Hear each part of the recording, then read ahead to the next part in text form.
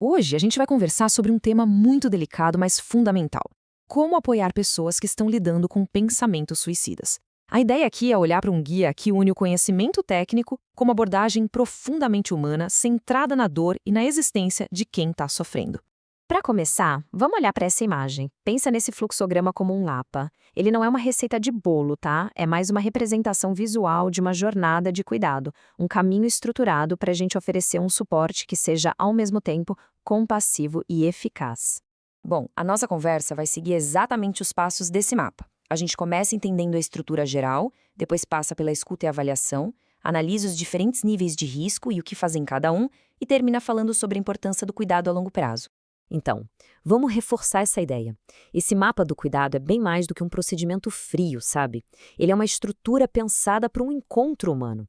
É um guia que consegue juntar o rigor técnico, que é super importante, com a sensibilidade clínica, que é simplesmente essencial para a gente conseguir lidar com algo tão complexo como a dor do outro. E a base de tudo, o alicerce de todo esse processo, é o que a gente chama de acolhimento. Pensa nisso como o primeiro passo, e talvez o mais fundamental de todos. É sobre criar, de forma ativa, um espaço seguro, totalmente sem julgamentos, onde a pessoa possa se sentir à vontade, para se expressar, para ser ouvida de verdade. É nesse espaço que ela começa a se sentir menos sozinha. Certo. A partir desse acolhimento, como é que a gente avança? Essa fase inicial, que está lá no topo do nosso mapa, é crucial. É um momento de estabelecer confiança, de criar um vínculo. É aqui que a gente começa a entender de verdade a dimensão da situação. Essa jornada inicial tem 4 passos bem definidos. O primeiro é a identificação.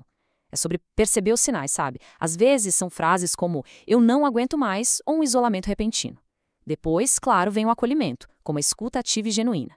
Em seguida, a gente começa a investigar os fatores de risco, como perdas recentes, e também os de proteção, como uma família presente ou amigos próximos. E, por fim, com base nisso tudo, vem a avaliação do risco em si. E tem uma frase do Carl Rogers que captura a essência disso perfeitamente. Ele diz que o relacionamento, a conexão humana, é o que realmente transforma. As técnicas são ferramentas, claro, mas é o vínculo de confiança que abre a porta para qualquer tipo de mudança. Bom, agora o nosso mapa chega numa bifurcação, um ponto de decisão muito importante. A partir daquela avaliação de risco que a gente fez, o cuidado precisa ser adaptado. Não existe uma solução única. Cada nível de risco vai exigir um caminho e ações bem específicas. Basicamente, o risco é dividido em 3 níveis: baixo, moderado e alto. No risco baixo, os pensamentos costumam ser mais vagos, mais difusos. No moderado, eles se tornam persistentes e pode até existir um plano, mas ainda meio indefinido. Já no risco alto, a ideação é muito intensa, quase intrusiva, e geralmente existe um plano bem específico e letal.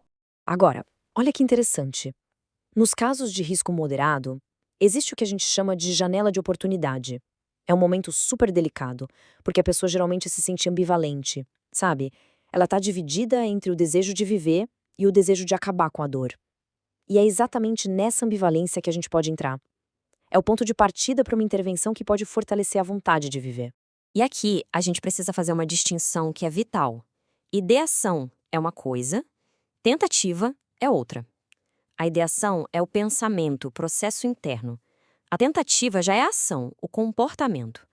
E a ponte que conecta esses dois mundos e que serve como o maior sinal de alerta para a gente é a existência de um plano detalhado. É o sinal claro de que a ideação pode estar muito perto de se transformar em ação. Passada a crise, o trabalho não acaba. Muito pelo contrário. Agora, o foco muda para a construção de um sistema de suporte que seja sustentável, como a gente vê na base do nosso mapa. O objetivo aqui é fortalecer a resiliência da pessoa a longo prazo. Em situações de alto risco, o processo terapêutico geralmente segue 3 princípios. Primeiro, conter o perigo imediato, ou seja, garantir a segurança da pessoa. Depois, estabilizar o estado emocional dela, oferecendo muito acolhimento. E, finalmente, avaliar a situação para encaminhar para o cuidado contínuo mais adequado. Uma ferramenta muito importante nesse processo é o plano de segurança. E ele é algo concreto, construído junto com a pessoa, não é imposto. É basicamente uma lista clara de recursos. Para quem ligar numa emergência, como o CVV, no número 188, quais amigos ou familiares acionar e até estratégias práticas para lidar com os gatilhos e se sentir um pouco mais seguro naquele momento de crise.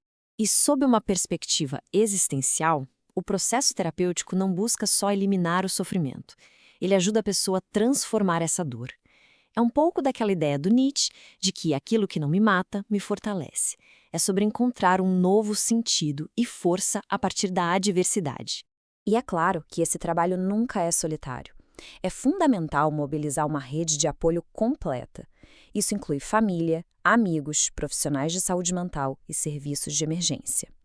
É a união de todas essas frentes que cria um sistema de assistência que é, ao mesmo tempo, robusto e profundamente humano.